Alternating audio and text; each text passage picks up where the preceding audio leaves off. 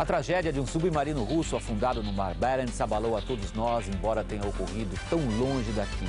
Foi a tragédia apenas de uma embarcação ou também a do país que a produziu? Confira no Globo News Painel desta semana.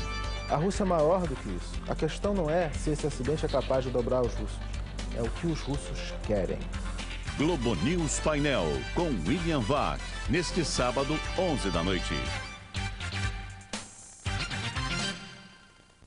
Nosso entrevistado desta semana no Espaço Aberto foi escolhido pela revista do The New York Times como herói do mundo no ano de 97.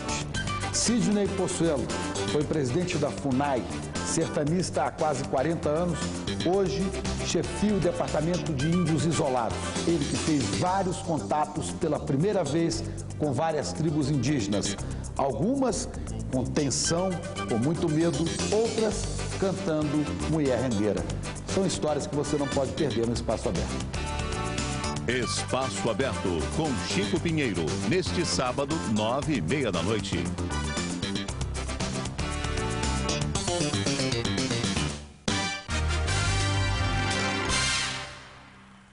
Seja o que for, nada mais pode me afastar da música. Porque é a coisa que eu mais gosto de fazer.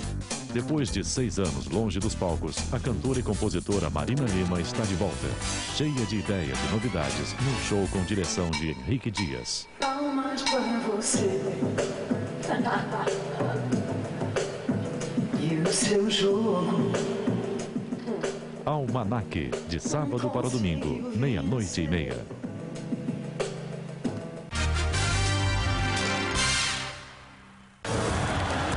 Brasileirão 2000, Copa João Avelange. Você não pode perder nenhum lance do maior campeonato de futebol do país. Ligue agora mesmo para a central de atendimento da sua operadora, compre o seu pacote e assista a jogos exclusivos, incluindo as partidas realizadas na sua cidade. Não fique fora de nenhum clássico. São os maiores clubes do país disputando o título mais importante do nosso futebol. Premier Esportes, mais opção na sua TV.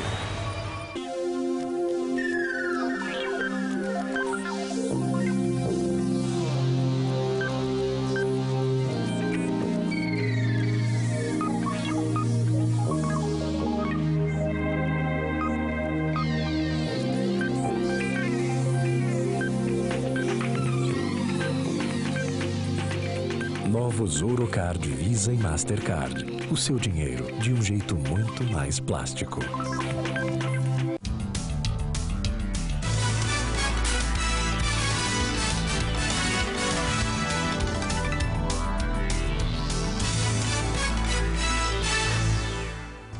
Sábado, 19 de agosto. Você vai ver nesta edição do Em Cima da Hora. O chefe do Estado-Maior russo admitiu hoje que a tripulação que estava na parte dianteira do submarino nuclear morreu na hora das 2 explosões.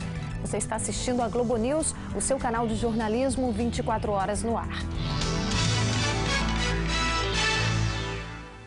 Os incêndios devastam as florestas do oeste americano. Bombeiros de outros países também estão participando das operações de combate ao fogo. A seca que atinge o país é a pior dos últimos 50 anos. 12 estados do oeste foram atingidos pelo fogo. O vento forte e as tempestades elétricas previstas para este fim de semana podem aumentar as chamas. Pelo menos 22 mil bombeiros estão trabalhando na região. Soldados do Exército também foram convocados para ajudar. Até bombeiros do México e do Canadá estão participando do combate ao fogo. Em alguns lugares, houve deslizamento de terra causado pela queima de árvores. O governo americano afirma que os incêndios devem continuar até o fim de agosto, quando a seca normalmente diminui na região. O chefe do Estado-Maior russo admitiu hoje que a tripulação que estava na parte dianteira do submarino nuclear, afetado pelas 2 explosões, morreu de imediato e que todo o submarino estaria inundado.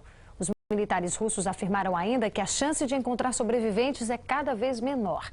Uma semana depois do acidente, o presidente russo Vladimir Putin deve viajar para o mar de Barents para acompanhar os trabalhos de resgate. A informação é da agência de notícias EF. E o mau tempo mais uma vez dificulta a operação de resgate da tripulação. O barco britânico que segue para o local para ajudar no salvamento dos 118 tripulantes vai chegar com 3 horas de atraso. É o que informa de Londres o correspondente da Globo News, Jader de Oliveira. Trata-se da última esperança dos russos, que não conseguiram ainda abrir a escotilha do Kursk, apesar de numerosas tentativas. O LR-5 britânico, que tem 2 pilotos e pode transportar 16 pessoas, estará no local do desastre daqui a aproximadamente 3 horas. Já poderia estar lá há dias, não fosse a hesitação do comando naval russo, que se julgava em condições de executar com sucesso a operação de salvamento dos 118 tripulantes do submarino. Os próprios russos admitem que a possibilidade de ainda haver sobreviventes é muito remota. A maioria dos tripulantes teria morrido nas 2 explosões que levaram o Kursk para o fundo do mar.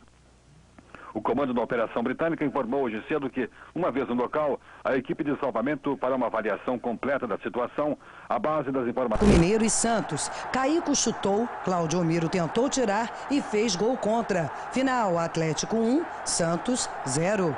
Também em Belo Horizonte, América Mineiro e Fluminense. Na jogada pela direita, Wellington cruzou para Henrique, que completou para o gol. América Mineiro 1-0. Na cobrança de falta, Alessandro lançou a bola na área e Aguinaldo empatou. Fluminense 1, América Mineiro 1. Em Campinas, Guarani e Cruzeiro, o argentino Sorin chutou e fez 1-0 para o time de Minas. Cruzeiro 1, Guarani 0. Gama e Goiás em Brasília. Evair, cobrando falta, fez 1-0 Goiás. Depois de bonita jogada individual, Lindomar empatou. Final, Gama 1, Goiás também 1. Em São Paulo, Palmeiras e Internacional. Depois do cruzamento da direita, Lúcio ajeitou para Leonardo Valença completar. Inter 1-0. No segundo tempo, Lúcio de cabeça aumentou. Internacional 2, Palmeiras 0. Cruzamento da esquerda, o goleiro falhou e Gilmar diminuiu para o Palmeiras, 2-1. Serginho cruzou pela direita e Leonardo Manzi de cabeça fez o terceiro do Inter. No último minuto depois do lançamento, Leonardo Manzi ajeitou para a cabeçada de Serginho. Internacional 4, Palmeiras 1. Agora 9h06, o Em Cima da Hora fica por aqui. Você assiste agora ao programa Milênio. Marcos Uchoa conversa com o jornalista inglês Martin Bell. Ele fala dos perigos, medos e sustos de um correspondente de guerra em mais de 11 países. Eu sou Maria Beltrão e a gente volta daqui a pouco com o Jornal das 10. Até já!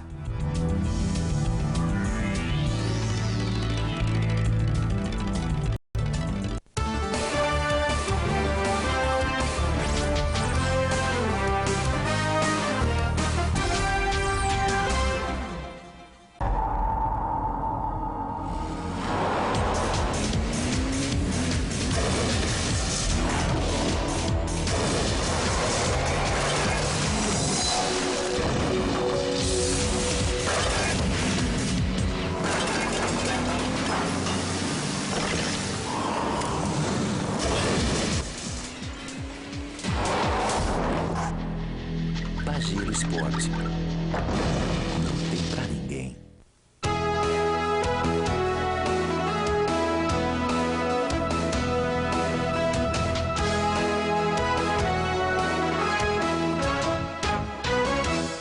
Nosso entrevistado desta semana no Espaço Aberto foi escolhido pela revista do The New York Times como herói do mundo no ano de 97.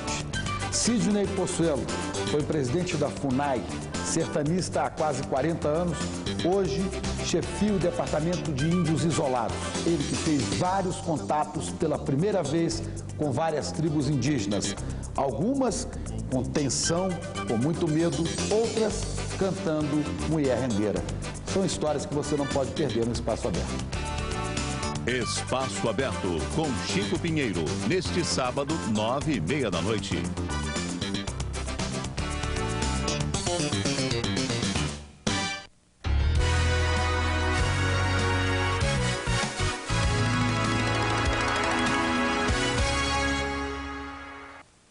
O entrevistado desse milênio é o inglês Martin Bell. Ele foi durante 30 anos repórter da BBC. Nas telinhas daqui, ele apareceu em tudo quanto é lugar do mundo. Inevitavelmente, cobriu todas as grandes guerras desse período. Martin Bell escreveu um livro sobre essas experiências que, em Portugal, foi traduzido como Reflexões de um Troglodita de Guerra.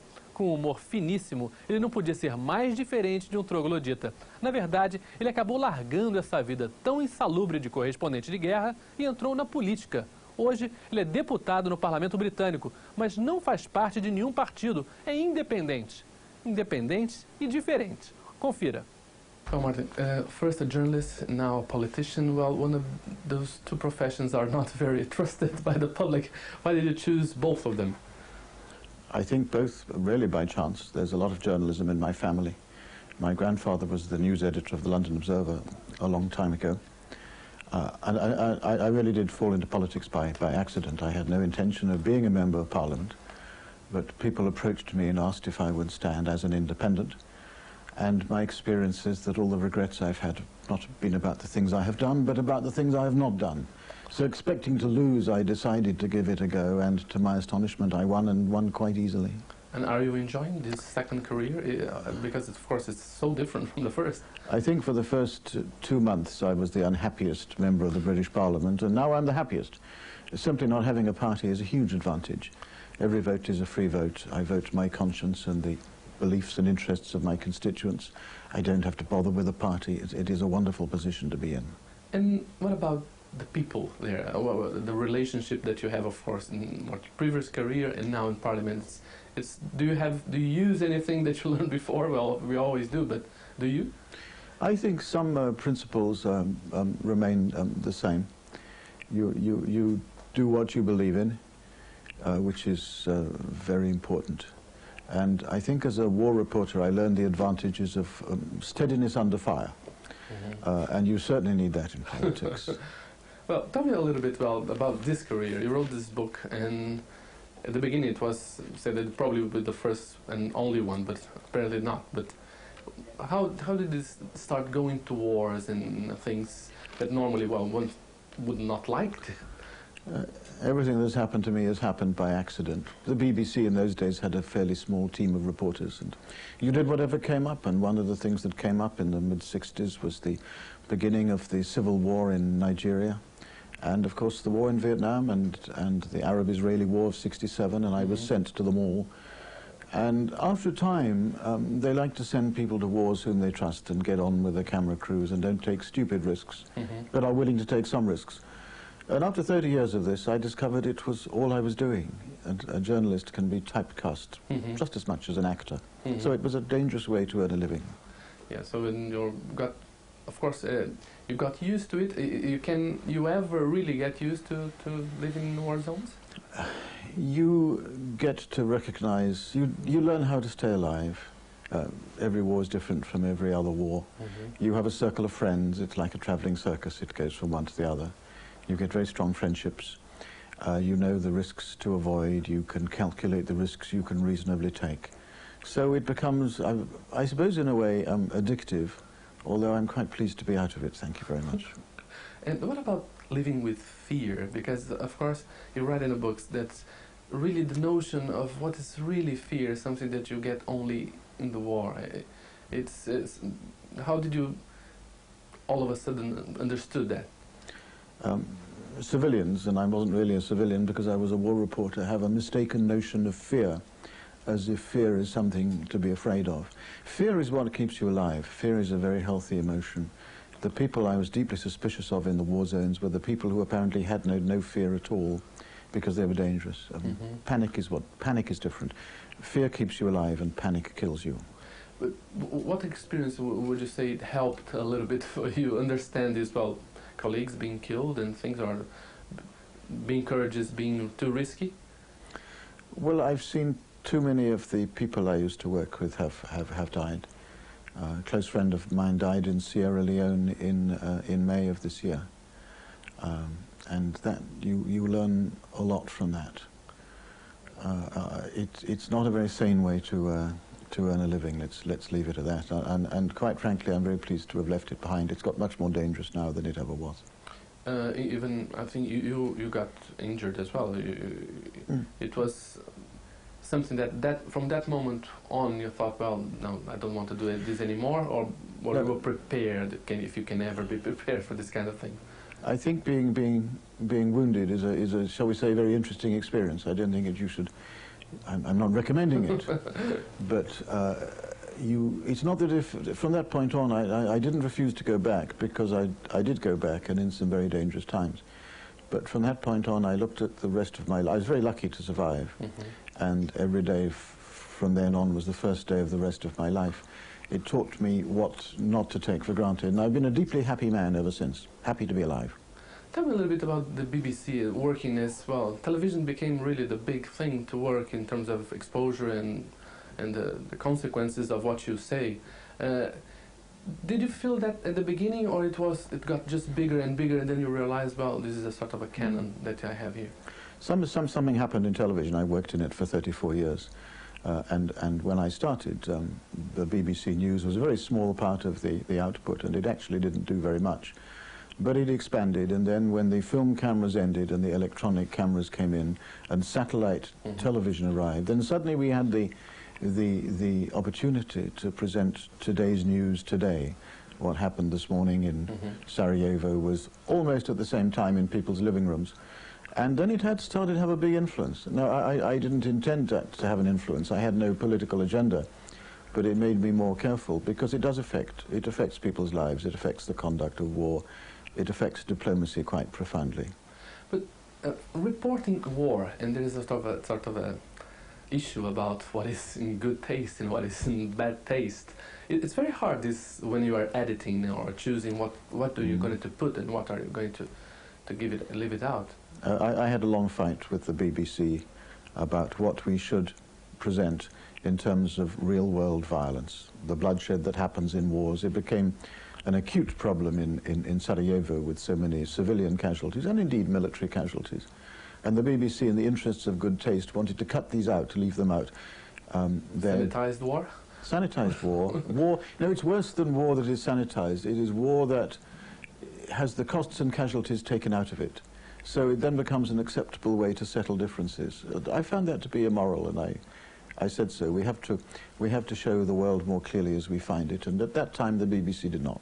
But do you think that overall, not only BBC, but television as a whole, sort of this point of view sort of won? It varies a lot from country to country. The Americans put much more in than we do, so do the French. I'm not sure about the Brazilians.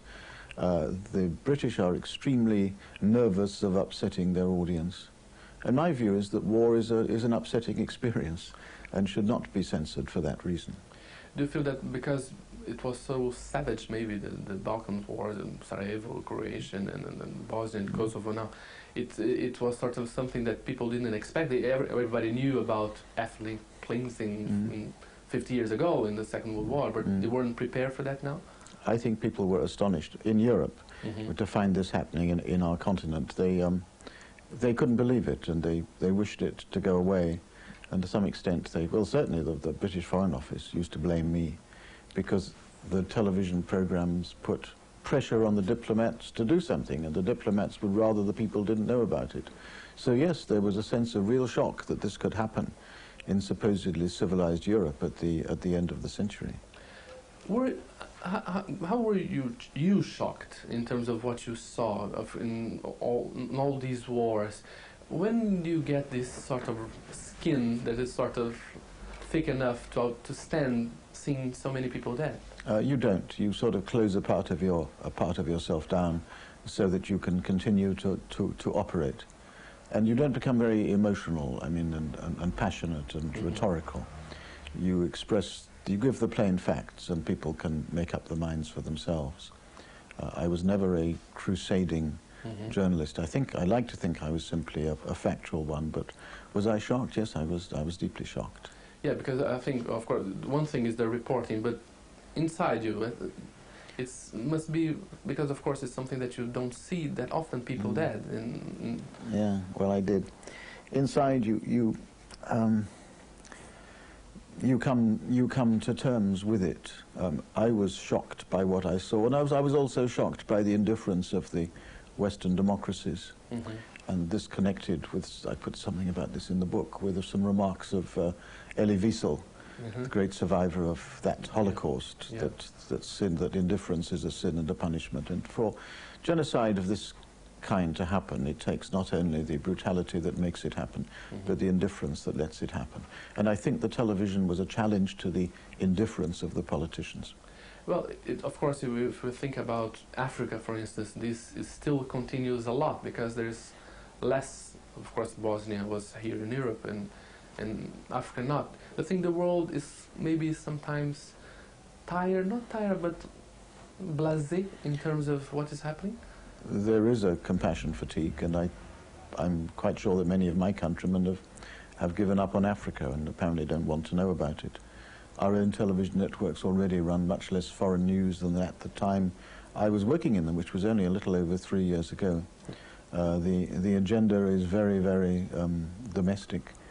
And the old ways of reporting seem to be out of fashion. There's no appetite for them. I've just finished a new book about my political experiences, and I call the first chapter The Death of News. News as I understand it is dead.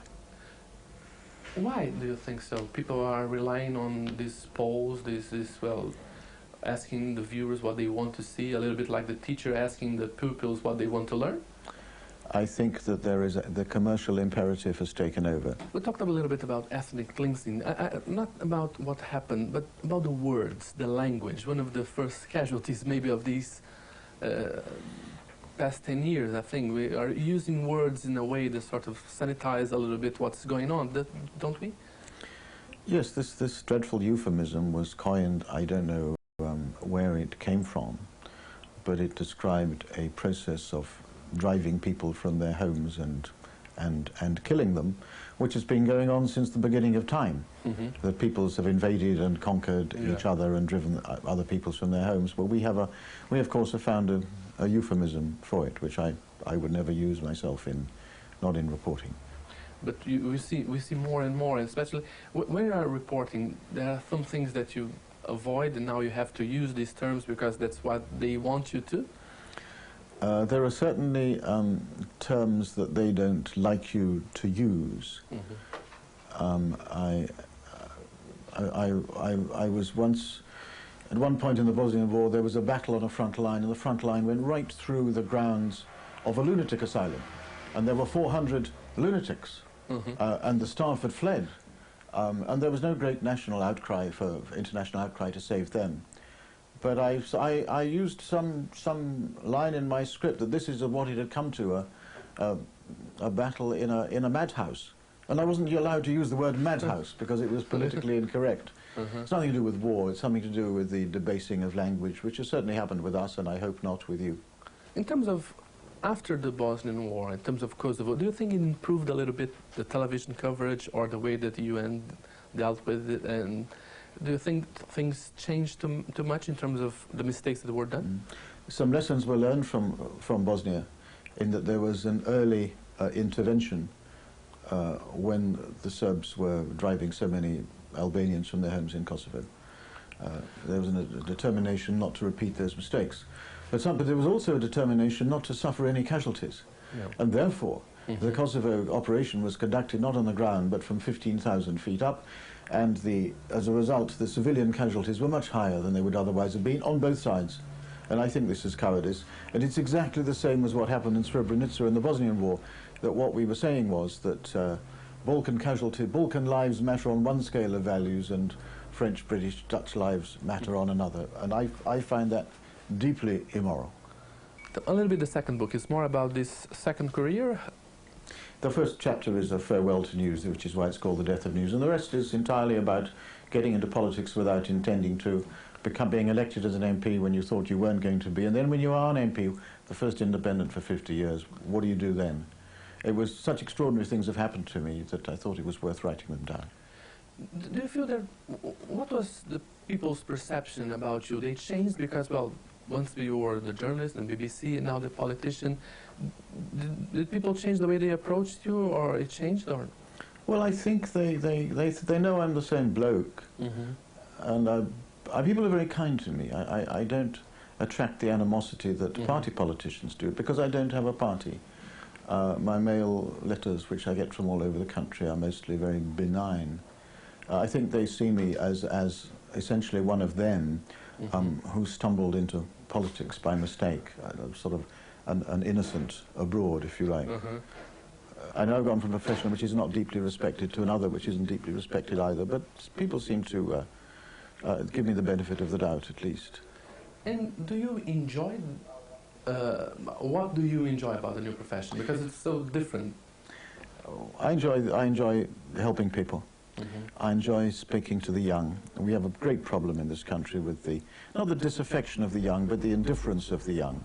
Young people are not involved in politics. They don't see it as their future, which it is. So I spend a lot of time talking to kids. We had a lot of young people in the campaign. I mean, it wasn't all done entirely by young people. I'm a very unlikely youth icon, but we've got something going. I mean, there is in this country a feeling of disaffection with party politics, and it tends to crystallize around me. Without me intending, I'm not founding a movement or a party, but I'm expressing something that is widely felt. You said about the death of news because it changed so much in, well, the past 3 years. And there's sort of a death of politics as well, as you're saying about especially among the youngs?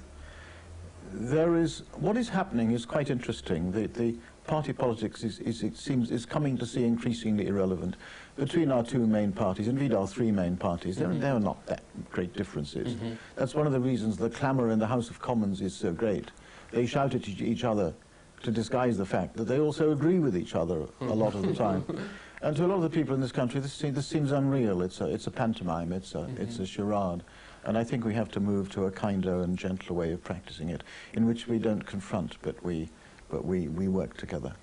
But it will take a while, because of course the culture is still the old culture of politics, and for this to change? It'll take centuries. Our culture is confrontational. The two sides of the House of Commons, the two front benches are set at 2 swords' lengths from each other. I've got a coat hanger in the House of Commons cloakroom with a little pink ribbon on it, and the pink ribbon is where I'm supposed to hang my sword. It is that bizarre. And to get from this sort of medieval view of life to the real world, it takes a great leap of the imagination. There is for young people, for instance, they really couldn't care much about politics, and it's becoming worse and worse. What do you think is the pitch that you have to sort of tell them, well, it really matters? Well, I tell them, look, I got out of a job in which I was earning a decent bit of money to one where I'm earning much less, because money doesn't matter very much. But it's their future. I mean, it's their schools, it's their hospitals, it's their intervention in other people's conflicts. And if you sit around, this is the same as in war. If you sit around waiting for bad things to happen, bad things will happen. So it's important that the young and the idealistic should get involved.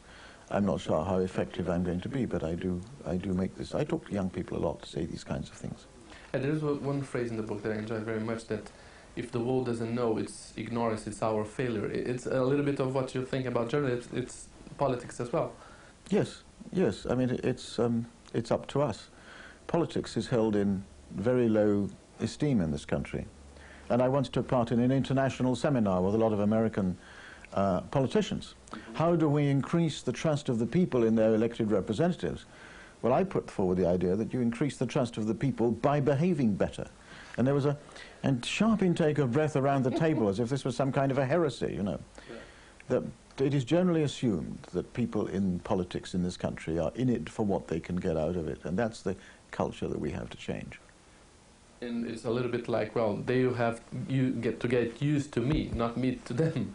Yeah, but of course it was easy for me, because I replaced a corrupt politician. I'm not saying that in a polemical way. He was found by a British court of law to have been corrupt, and people were really angry. And the only answer to corruption really is it's not really dealt with by lawyers or by commissioners. It's dealt with by the people. And if they find that an MP's been corrupt, they throw him out, and that's what they did. Do you feel that sort of the world is going in a sort of a pendulum way in terms of interest, in terms of foreign news and the world, because it's becoming more domestic? Everybody wants to look at their own lives. I think so. I think it has to do with the end of the Cold War. The great, the superpowers are no longer directly threatening each other. There's not a great clash of ideologies. There are some terrible wars in the world, nearly all civil wars. People may look back on this and say this turn of the century we lived in a golden age. My country and yours were at peace. Most of the people enjoy a kind of prosperity. Most of our people, prosperity they've never had before. They take it for granted. There are some terrible problems coming up, overpopulation, depletion of the energy resources, the nuclear proliferation. I think people will look back on this as a golden age. In globalization, globalization is happening and coming, and I think we're better to try to tame it and to benefit from it than to seek to resist it. There was a phrase that I like very much, that war is a bad taste business. And do you think a little bit because it's a bad taste business is something as well that it's not shown as much, or it's just a little bit because people couldn't care less? I think this has to do with the commercialization of news, what you're talking about. Nothing matters except ratings in television, circulation in newspapers, making money for the global corporations, the Rupert Murdochs, the big magnates. Nothing else matters. And they've discovered that foreign news does not sell newspapers, but except for very dramatic footage, which does sell and people watch on television. So you have a very short attention span. There will be a war, and the camera crews will be there for 2-3 days, and then it'll fall out of fashion, and you'll hear nothing ever again. It's not to say that the war has stopped, just that television has lost interest. We have a very short attention span. It would be impossible now, for instance, to have sort of the coverage of Bosnia that BBC did, for instance, to stay there years. That was probably, that's why I lived in the golden age of news. It ended in about 1996. They wouldn't do it now. I already sensed a growing boredom even when I was there, but they hung in. They've changed their agenda since then, and I see substantially less foreign news. You know, I got out at the best time. And do you feel that will be sort of make the world a worse place in this sense? Because in the one hand you have globalization, you're talking about the world. On the other hand, you don't want to watch it. I think this is a very dangerous trend. We are all increasingly interdependent. My country on yours, yours on mine, and yet we are living in our tiny little villages, not interested much in the outside world, and not being informed very much. Well, this is dangerous, because threats can arise which we don't perceive because we're not informed about them. So I think this is one of the great dangers of the 21st century, yes. In this sense, you're not optimistic then? I'm optimistic because I have to be optimistic, and I can't bear to perceive the consequences of the pessimists getting it right. But I've always taken a fairly gloomy view of the world, so that I can be pleasantly surprised when things turn out to be not as bad as I thought they were. Yeah, I think especially there's something that an expression, the nothing can be done club is not part of the one that you want to belong. I'm a founder member of the Something Must Be Done club, and that's why I'm in politics, because there are things you can do around the edges, marginal influences you can have, and what you mustn't ever do is ever give up and say there's nothing I can do. I believe profoundly that the individual can make a difference. I have no party, I've got no structure. I've got a wonderful secretary, and I've got my nephew is my advisor. That's all the independent party is. But I have to believe that we can make a difference even with that, or I wouldn't be doing it. Great. Thanks for the interview. Okay. Good luck. Very good. Because we've had 2 cameras, we don't have to cut away. You can...